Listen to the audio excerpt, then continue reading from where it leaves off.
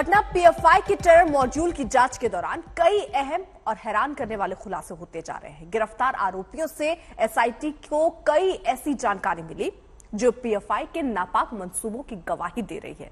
इसी कड़ी में पता चला कि कैसे पीएम मोदी के कार्यक्रम के दौरान विरोध की साजिश थी, कैसे पीएफआई बिहार में ट्रेनिंग कैंप में हथियारों की ट्रेनिंग दे रहा था। खुलासा नंबर 1, पटना में पीएफआई ने बहुत बड़ी साजिश रची थी। खुलासा नंबर 2, पीएम मोदी के कार्यक्रम करने की तैयारी में था पीएफआई। खुलासा नंबर 3, कतर से हो रही थी पीएफआई को फंडिंग। खुलासा नंबर 4, नुपुर शर्मा को टारगेट करने वाला था पीएफआई।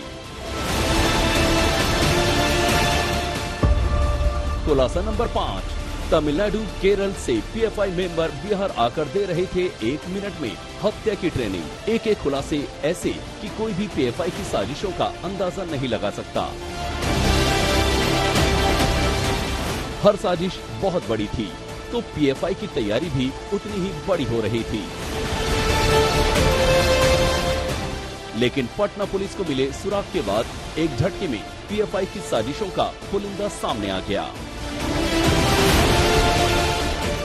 और अब पीएफआई की उन्हीं साजिशों की किताब के एक एक पन्ने दुनिया के सामने आते जा रहे हैं।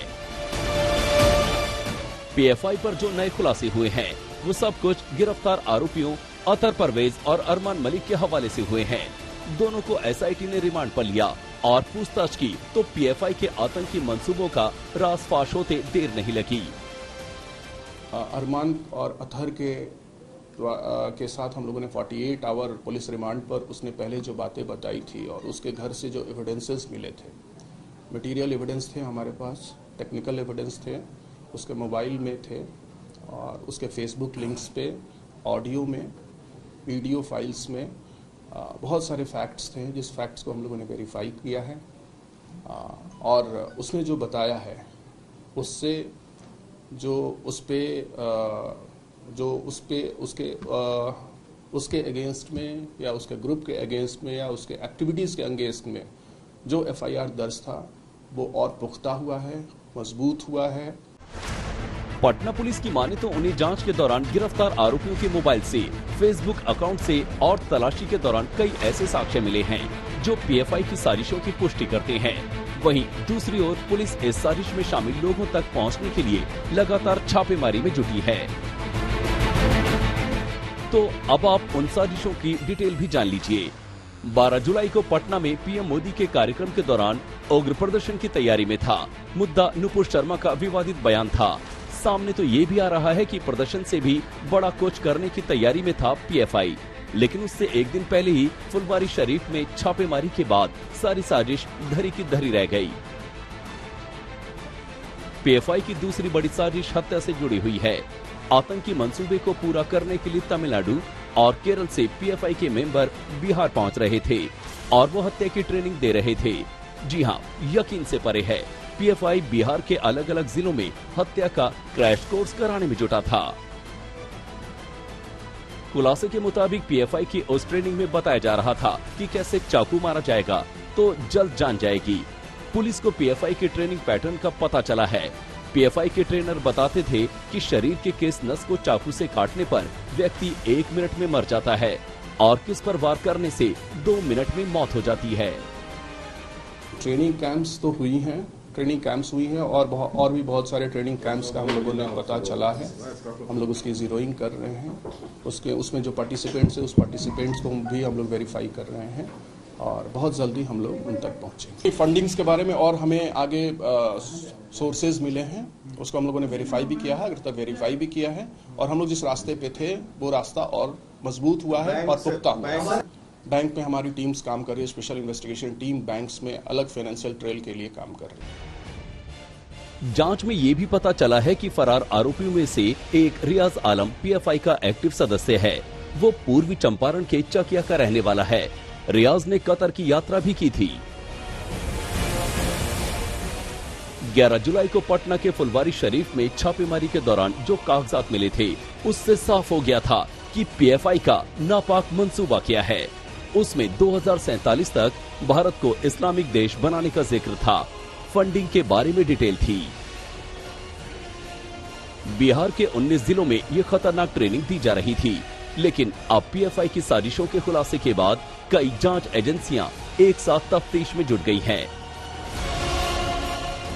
दरभंगा से रोहित कुमार सिंह के साथ सुजीत झा, पटना, आज तक। हाल ही के दिनों में पीएफआई बिहार में कुछ ज्यादा ही एक्टिव हो गया है और ये सबक नूपुर शर्मा के बयान को लेकर था। एक गिरफ्तार आरोपी के मोबाइल फोन से पुलिस को ऐसी जानकारी मिली है जिससे पता चलता है कि पीएफआई निलंबित नेता को अपने टारगेट पर लेना चाह रहा है। तमिलनाडु से पीएफआई के ट्रेनर बिहार पहुंच रहे थे, केरल से पीएफआई के ट्रेनर बिहार पहुंच रहे थे और बिहार में पीएफआई दे रहा था हथियारों की ट्रेनिंग। उसी पीएफआई की साजिश दिल्ली तक रची जा चुकी थी।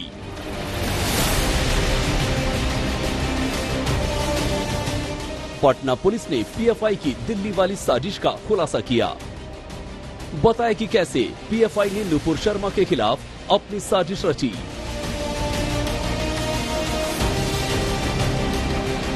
नूपुर शर्मा वाली साजिश का खुलासा गिरफ्तार आरोपी अतहर परवेज के मोबाइल फोन में मिले सुराग से हुआ। अतहर के मोबाइल से नूपुर शर्मा के दिल्ली वाले घर का पता मिला। पीएफआई का वो मैसेज भी मिला जिसमें कहा गया था कि ज्यादा से ज्यादा लोग नूपुर शर्मा के घर पर पहुंचे। अतहर के मोबाइल में ही नूपुर शर्मा के विवादित बयान का जिक्र था। यानी पीएफआई नूपुर शर्मा के विवादित बयान को लेकर बदला लेने पर आमादा था। पुलिस सूत्र बताते हैं कि अतहर ने नूपुर शर्मा के बयान के विरोध में पटना में प्रदर्शन भी किया था। 10 जून को हुए विरोध प्रदर्शन में पीएफआई के अतहर और जलालुद्दीन और अरमान मलिक भी शामिल थे। उसी कड़ी को आगे बढ़ाते हुए अब विरोध की आग दिल्ली में भड़काने की भी तैयारी थी। पीएफआई की साजिशों का सच सामने आने के बाद अब बिहार सरकार एक्शन की तैयारी में है। अल्पसंख्यक कल्याण मंत्री ने कहा है कि पीएफआई की जांच चल रही है, कुछ भी गलत मिला तो एक्शन तय है। न्यायालय ने आज से उसको पुलिस रिमांड दिया है 48 आवर्स के लिए। पुलिस रिमांड पर लेकर के हम उसने जो बताया है उसको, जो तथ्य हमने अभी तक 24 घंटे में इकट्ठा किए हैं उसके साथ को रिलेट करेंगे। उसके बताए हुए और जो फैक्ट्स हैं उस फैक्ट्स को एक्सपैंड करेंगे और हमें विश्वास है कि जो नेटवर्क है, नेटवर्क में उसके अलावा जो लोग हैं, स्पेशली ट्रांसनेशनल्स और फाइनेंशियल ट्रेल्स, इसको हम लोग 48 घंटे में सारी जानकारियाँ लेकर के on the same time ground पे हमारी जो फोर्सेज हैं उससे वेरीफाई करा के, जीरोइंग करके उसको हम लोग उसको विश्वास पुख्ता करते हुए उसको और इन्वेस्टिगेट करें। पटना में एक साथ 2 टेरर मॉड्यूल के खुलासे बड़ी कामयाबी है। फिलहाल पुलिस मान रही है कि फुलवारी शरीफ टेरर मॉड्यूल और गजवाए हिंद मामले में कोई कनेक्शन नहीं है।